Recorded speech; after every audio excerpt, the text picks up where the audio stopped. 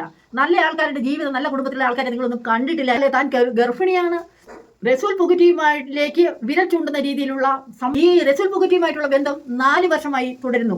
ഈ റസൂൽ പുകുറ്റിയെ കുറിച്ച് മറ്റു കുറച്ച് കാര്യങ്ങൾ കേൾക്കുന്നത് എന്താണെന്ന് വെച്ചാൽ, ഇതേ കോഴിയാണ്. ബിഗ് ബോസ് താരമായ സജ്ന ഇപ്പോൾ ഇൻസ്റ്റഗ്രാമിൽ പോസ്റ്റ് ഇട്ടിരിക്കുന്നതാണ് ഇപ്പോൾ വൈറലായിക്കൊണ്ടിരിക്കുന്നത്.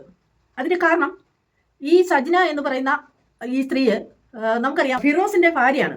അവര് ഭാര്യ ഭർത്താക്കന്മാരായിട്ട് ജീവിച്ചുകൊണ്ടിരിക്കുമ്പോൾ തന്നെ അവരുടെ ഇടയിൽ പ്രശ്നങ്ങൾ ഉണ്ടായതിനെ തുടർന്ന് അവര് രണ്ടുപേരും 2 വർഷമായി പിരിഞ്ഞു ജീവിക്കുന്ന ഈ ഫിറോസിന് മറ്റൊരു സ്ത്രീയുമായിട്ട് ബന്ധം ഉണ്ടെന്നുള്ള ഒരു ആരോപണം ഈ സജ്നയുടെ ഭാഗത്തുനിന്നും നമ്മൾ ഇതിനു മുമ്പ് കേട്ടിട്ടുള്ളതാണ്. ഈ സജ്ന ഇപ്പോൾ പോസ്റ്റ് ഇട്ടിരിക്കുന്നത് നമ്മൾ കൂട്ടി വായിക്കുമ്പോൾ നമുക്ക് മനസ്സിലാകുന്ന കാര്യം, ഈ സജ്നയ്ക്ക് മറ്റൊരു റസൂൽ പുകുറ്റിയുമായിട്ട് വളരെ അടുത്ത ഈ സജ്ന വേർപിരിഞ്ഞിട്ട് വെറും 2 വർഷം മാത്രമേ ആയിട്ടുള്ളൂ.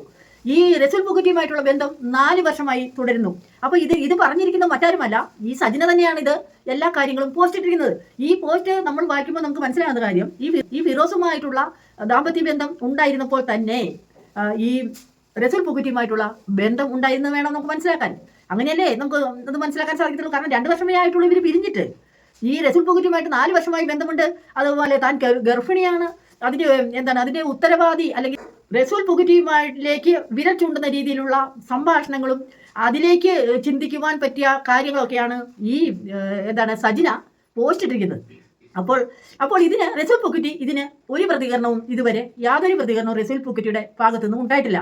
അതിൽ നിന്ന് മനസ്സിലാക്കേണ്ട കാര്യം എന്താണ്? റസൂൽ പുകുറ്റിക്ക് ഇതിനകത്തൊന്നും പ്രതികരിക്കാനില്ല. അല്ലെങ്കിൽ ഇതിനെ അംഗീകരിക്കുന്നുണ്ടെങ്കിൽ പ്രതികരിച്ചേനെ. അപ്പൊ ഇതിൽ നിന്ന് മനസ്സിലാക്കുന്ന കാര്യം, റസൂൽ പുകുറ്റിക്ക് ഇതിനകത്ത് യാതൊരു കാര്യങ്ങളും പറയുവാനില്ല എന്നുള്ളതാണ്. നമുക്കറിയാം, റസൂൽ പുകുറ്റി എന്ന് പറയുന്നത് വളരെ ഫേമസ് ആയിട്ടുള്ള ഒരാളാണ്. അതുപോലെ മ്യൂസിക് ഫീൽഡിലാണ് ഇദ്ദേഹം വർക്ക് ചെയ്യുന്നത്. ഇത്രയും ഫേമസ് ആയ ഒരാളെ കുറിച്ച് ഇത്ര ധൈര്യമായി താൻ ഗർഭിണിയാണെന്നും അതിന് ഒരു ഉത്തരവാദി റസൂൽ പുകുറ്റി ആണെന്നുള്ള തരത്തിൽ അർത്ഥമാകുന്ന രീതിയിൽ എങ്ങും തൊടാതെ പറഞ്ഞിരിക്കുകയാണ് ഈ സജ്ന എന്ന് പറയുന്ന സ്ത്രീയെ. അവരുടെ മനോധൈര്യം അപ്പോഴാണ് നമ്മൾക്ക് ശ്രദ്ധിക്കേണ്ടത്.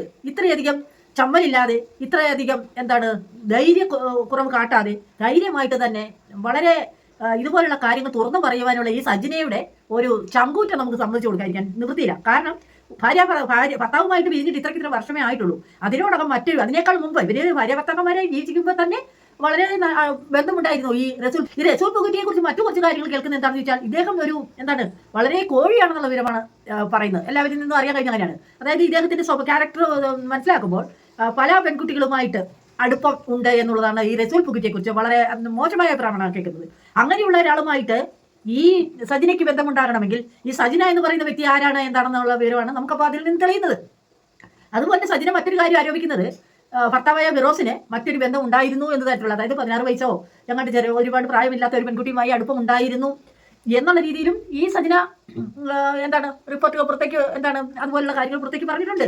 ഇവരുടെയൊന്നും കുടുംബജീവിതം അല്ലെങ്കിൽ ഇവരുടെയൊന്നും ക്യാരക്ടറൊക്കെ ഇത്ര ലോ ആയിട്ടുള്ള ആൾക്കാരൊക്കെയാണ് എന്ന് നമുക്ക് മനസ്സിലാക്കാൻ പറ്റും. കാരണം ഒരു ബന്ധത്തിൽ നിന്നുകൊണ്ട് തന്നെ മറ്റൊരു ബന്ധത്തിനെ പിരിയുന്നതിന് മുമ്പ് ആണ് ഇത്തരം കാര്യങ്ങൾ. ഇവർ ഭാര്യയാണെങ്കിലും ഭർത്താവാണെങ്കിലും അതുപോലെ ഈ റസൂൽ പുകുറ്റി ആണെങ്കിലും ഫിറോസ് ആണെങ്കിലും ഈ സജ്നയാണെങ്കിലും ഇവരുടെ ക്യാരക്ടർ ഇത്രയേ ഉള്ളൂ. ഇവരുടെ ഈ കലാകാരന്മാരുടെയും അല്ലെങ്കിൽ വൈറൽ താരമാണെന്നൊക്കെ പറഞ്ഞ് മിന്നി നടക്കുന്ന ആൾക്കാരുടെ അല്ലെങ്കിൽ ഇവരുടെയൊക്കെ ഒരു വിചാരം എന്നു പറഞ്ഞാൽ ഇത് വളരെ തിളങ്ങി നടക്കുകയാണ്, അന്തരീക്ഷത്തിൽ കൂടെ പറഞ്ഞിങ്ങനെ ഞങ്ങൾ വിളങ്ങി നടക്കണം, പൂപ്പാറ്റ പറക്കുന്ന പോലെ പറന്ന് നടക്കുകയാണ് എന്നൊക്കെയുള്ള ഒരു വിദ്യാധാരണയാണ് ഇവരുടെയൊക്കെ മനസ്സിൽ ഉദിച്ചിരിക്കുന്നത്. ഇതൊക്കെയാണ് ജീവിതം എന്ന് പറയുന്നത്.